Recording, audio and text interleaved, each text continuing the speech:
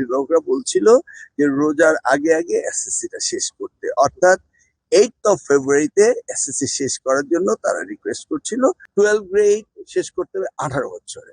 আমরা শেষ করি 17 বছরে এসএসসি, 3 বছরে করি এইচএসসি, 20 বছরে আমরা 12 বছরের লেখাপড়া শেষ করি। 40 লক্ষ বছর জাতির জীবন থেকে চলে যাচ্ছে। আমাদের দেশে অনেক ইনস্টিটিউশন আছে, কিন্তু মানসম্মত না। কোয়ালিটি এডুকেশনের দিকে আমাদের যেতে হবে, স্পেশালি টিচারদেরকে ট্রেনিং করাতে হবে, এভরি সেক্টর। এগুলি তো ইন্টারন্যাশনালি কম্পিটিটিভ করে ইউনিভার্সিটি, বাট আমাদের যে শিক্ষা মন্ত্রণালয়ের অধীনস্থ বা পাবলিক প্রাইভেট আছে, সেখানে আমাদের কোয়ালিটি ইমপ্রুভ করতে হবে, টিচার ট্রেনিং করতে হবে। We have huge work.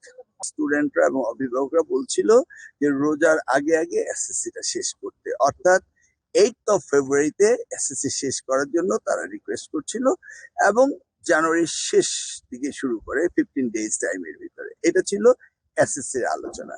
আর এইচএসসির আলোচনা আমি শুনে আসছি, তারা কোন স্টুডেন্ট টিচার বলছিল মে, কেউ জুন, কেউ এপ্রিল। তো সম্ভবত সিদ্ধান্ত হয়েছে জুনের দিকে হবে। আমি চলে আসছি এখানে তাড়াতাড়ি করে। I will go and I will এসএসসিটা জুনের দিকে হওয়ার আলোচনা চলছিল। তো আমি জানুয়ারির শেষ সপ্তাহে, আর কোর্স তো কমপ্লিট হয়ে যায় জুনের ভিতরে। আমি যদি ওখানে থাকতাম এখন নির্দেশনটা পেয়ে যেতেন আপনি। আপনি যেটা বলছেন স্টেক হোল্ডারদের সাথে আলোচনা করে, আর আমাদের টার্গেট যেটা, সেটা হলো একাডেমিক ইয়ার ক্যালেন্ডার শেষ হতে হবে 31 ডিসেম্বরের ভিতরে। It is our target. কিন্তু টার্গেট তো হঠাৎ করে ফুলফিল করা যায় না। সিলেবাস শেষ করতে হবে, কারিকুলাম শেষ করতে হবে, বিগত দিনের যে শিক্ষায় যে অপব্যবস্থা রয়েছে সেগুলিকে সমাধান করতে হবে। সেই জন্যই আমরা সবকিছু আস্তে আস্তে অ্যাডজাস্ট করছি। কারণ বুঝতে হবে যে ক্লাস 1 হতে 10 10 বছর, ভর্তি হয় 6 বছর, তো 16 বছরে এসএসসি পাস করতে হবে। 12 গ্রেড শেষ করতে হবে 18 বছরে।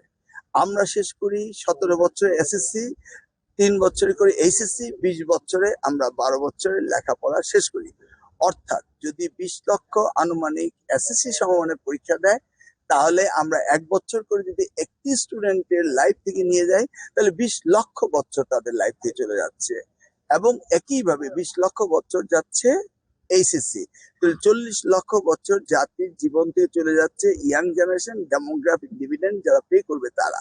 অতএব শিক্ষা মন্ত্রণালয় এবং পলিসি মেকারদের কারণে কোনো শিক্ষার্থীর জীবন থেকে যেন এক্সট্রা 2 বছর ঝরে না পড়ে, সেই জন্য আমরা আস্তে আস্তে সিনক্রোনাইজ করছি। এবং সেশন জটগুলো যেন বন্ধ হয়ে যায়, তাহলে আমরা সেইভাবে ইউনিভার্সিটি অ্যাডমিশন গুলো করব। সেই মিটিং আজকে হয়েছে।